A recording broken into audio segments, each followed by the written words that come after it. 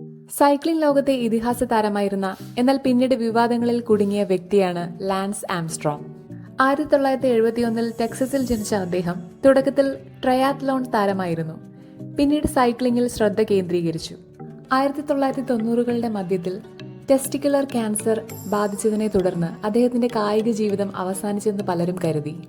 എന്നാൽ രോഗത്തെ അതിജീവിച്ച് 1999 സൈക്ലിംഗ് ലോകത്തേക്ക് വിസ്മയകരമായ ഒരു തിരിച്ചുവരവ് നടത്തി.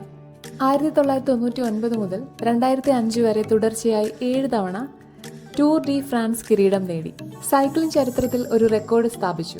അദ്ദേഹത്തിന്റെ ഈ തിരിച്ചുവരവും വിജയങ്ങളും ലോകമെമ്പാടുമുള്ള ദശലക്ഷക്കണക്കിന് ആളുകൾക്ക് വലിയ പ്രചോദനമായി. എങ്കിലും 2012 ലാൻസ് ആംസ്ട്രോങ് മയക്കുമരുന്ന് ഉപയോഗിച്ചാണ് ഈ വിജയങ്ങൾ നേടിയതെന്ന് തെളിഞ്ഞു.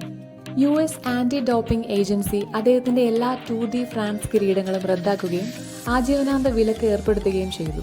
2013 ഒരു ടെലിവിഷൻ അഭിമുഖത്തിൽ അദ്ദേഹം താൻ മയക്കുമരുന്ന് ഉപയോഗിച്ചിരുന്നതായി സമ്മതിച്ചു. ലാൻസ് ആംസ്ട്രോങ്ങിന്റെ ജീവിതം കായിക രംഗത്തെ വിജയത്തിന്റെയും ആത്മവിശ്വാസത്തിന്റെയും ഒടുവിൽ വലിയൊരു വീഴ്ചയുടെയും കഥയാണ്.